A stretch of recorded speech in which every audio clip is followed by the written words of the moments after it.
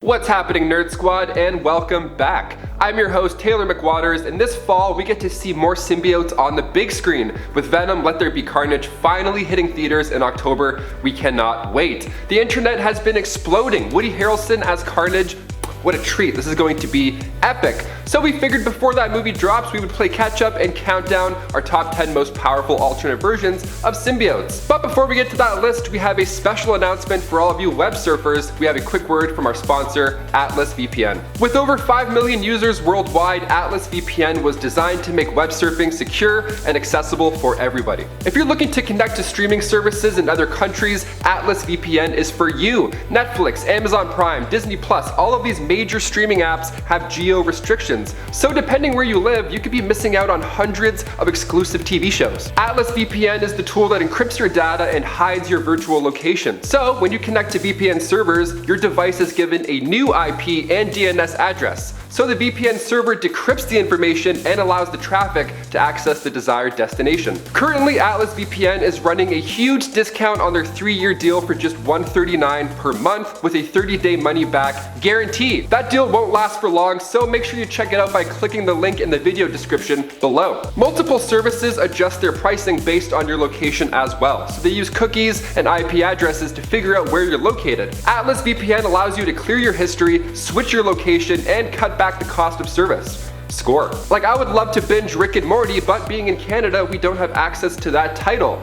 That's where Atlas VPN comes in handy. Atlas VPN's data breach monitor also makes browsing safe. All you have to do is insert your email address and the tool scans all of the internet to find out if somehow you ended up in any recorded data breaches or data bumps that include emails, names, passwords, anything sensitive that you don't want out there. All you have to do is enable notifications and Atlas VPN will give you a heads up before anyone has the chance to steal one or all of your accounts. Again, right now Atlas VPN is running this massive discount on their 3-year deal for $139 per month, and that's with a 30-day money-back guarantee.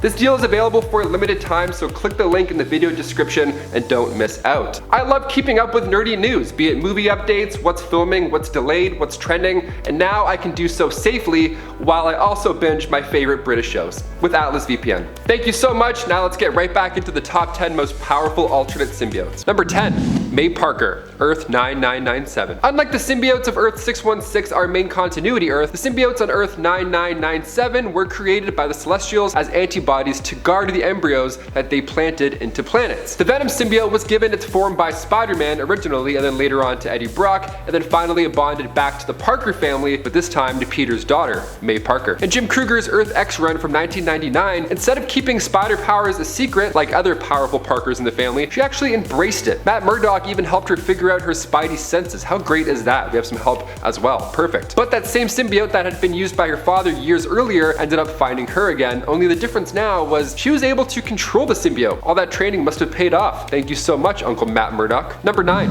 Dylan Brock, Earth 1051. Dylan Brock first appeared in Venom Volume 4 in issue 25. Here, Dylan is conceived by She-Venom, and Dylan was born as a human symbiote hybrid. Now, he was once a kind, charming kid, but when the dark god Null started to get in his head, that side disappeared. He took part of his mother's symbiote and used his own powers to transform it into his own symbiote that he called Codex. He used Our Lady of Saints Church as his ground base for operations, where Codex would force a symbiote to spawn a horde of offspring, just so Dylan could eventually control them all in the future, similar to how Null is running the show. So Codex was responsible for taking the lives of President Thompson, the Tinkerer, and the Green Goblin, and he even turned members of the X-Men and the Avengers into his own symbiote squad. Not bad, Dylan. Not bad at all. For a kid, I mean, you're kind of killing it. Number 8.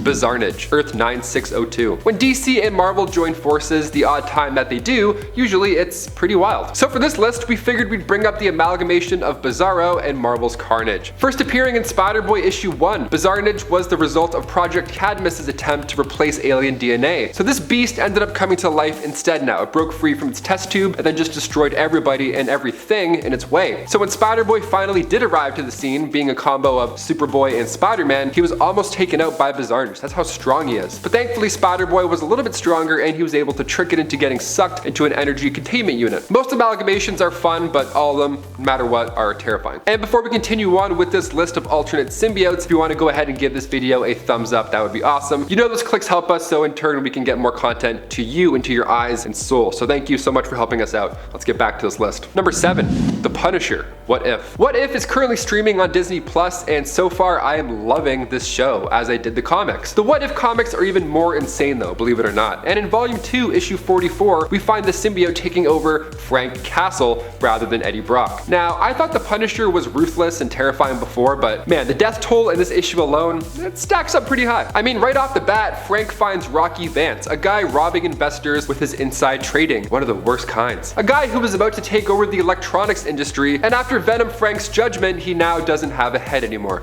Great. The suit was giving Frank a new arsenal of symbiote weapons to use, and eventually it tried to take over Frank's body, as it does for most people. But Frank instead vowed to end his own life if that were to happen, so he remains in control. The guy's scared of symbiote, that's all I have to say. Number 6, Groot.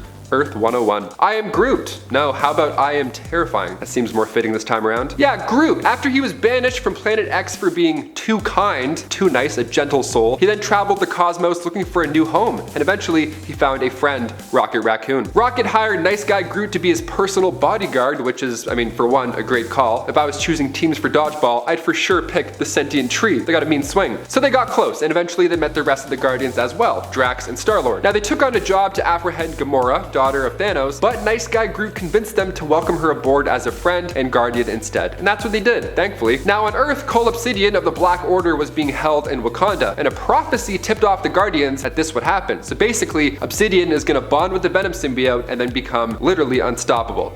What a prophecy. Nice, love those. Fortune Cookie's like, oh, really? We can't have that. So now in Wakanda, the team was fighting current host Kraven the Hunter, but after it had left him, it started going for Cole. Prophecy was about to be fulfilled, so good guy Groot jumped right in the way. Groot saved the day with his new powers, but over time he struggled to keep a lock on this dark side. Groot is just too good. He eventually taught the symbiote how to be good as well, and they remained a unit for years. Now when the Guardians teamed up with the Avengers to fight the Black Order, the symbiote returned to its first host, Spider-Man, before saying thank you and goodbye to its friend Groot, of course. A nice symbiote. This is a great point. This is awesome. Number 6, kicks ass. Number 5, Anne Weying, Earth 1051. This version of Anne made her first appearance in Volume 4 of Venom, issue 27. Her ex-husband, Eddie Brock, ended up taking his own life in this world, which is super tragic, and to make things even lonelier and more cruel, she was the only person to attend his funeral. So she started to hate 3 people at this point. Eddie's father, for having forsaken him, Peter Parker, of course, because he ruined his life and career, and finally she hates herself for not supporting Eddie enough. So she follows Eddie's trail. She goes back to Lady of Saints Church, but her rage attracted a symbiote, that same symbiote. So after those two became one, she was now determined to get revenge. She started calling herself Agent Venom, but eventually she stopped hating Peter. She started going a little bit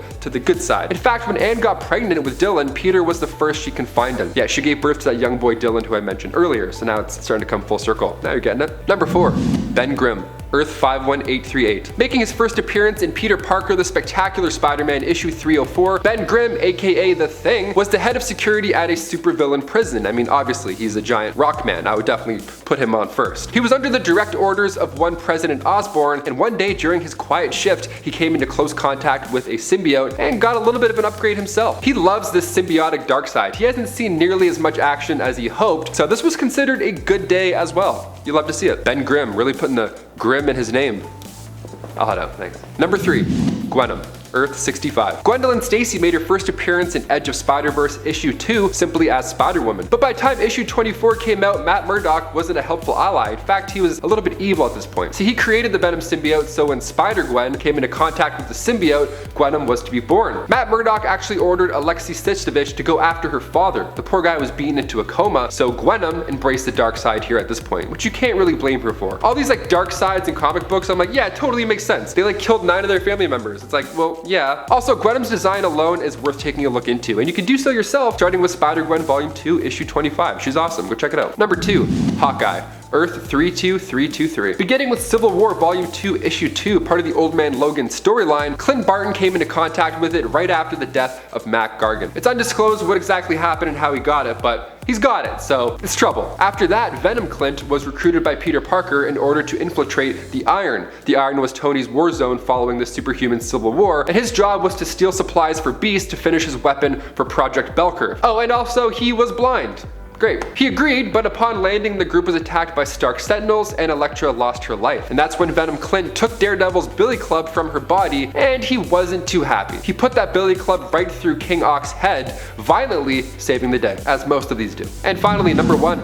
Ultimate Venom. Venom of Earth 1610, aka the Ultimate Universe. We gotta talk about him. He made his first appearance in Ultimate Spider-Man 33. Now the Ultimates are great for the most part. We see major changes to all these heroes that we already love. Thor isn't a god, Gwen becomes Carnage, and Wanda and her brother are kind of in love. It's odd, but it's fun. In this tale, Richard Parker and Eddie Brock Sr. were working together to develop a way to heal humanity. The symbiotic biosuit named Project Venom was the key. This job was adding up to be more than a two-man project, so they partnered up with Trask Industries to help them out. The company eventually realized the potential of the symbiote and figured, you know what, let's just use this as a bioweapon and create super soldiers. What could go wrong? Well, something definitely went wrong. Later on, when Richard and Eddie were on a plane to New York to fight Trask in court, they had secretly created their own version and wanted to pull it out to prove ownership, which, I mean, great idea, but you're talking about an alien beast here. It's gonna get messy. But Eddie pulled the suit out too early while they were still on the plane. Come on, dude. And that's how that plane went down in the Ultimate Universe, which obviously makes sense. And as a student, Eddie Jr. began studying a sample of that Venom project with Dr. Kurt Connors, and Peter took a piece to study himself. Now you're starting to figure out what's gonna happen. After Peter spilled a drop on his hand, he got the black suit makeover, cranking his powers up to 10. He was now untouchable. But when a robber shot another man, this triggered Peter. It literally reminded him of Uncle Ben so much that he went full Venom. He just made a mess. It was not good at all. He lost the symbiote after getting tangled in electric cables, and the only parts left were in his bloodstream, and also the other samples left in the lab, which, yes,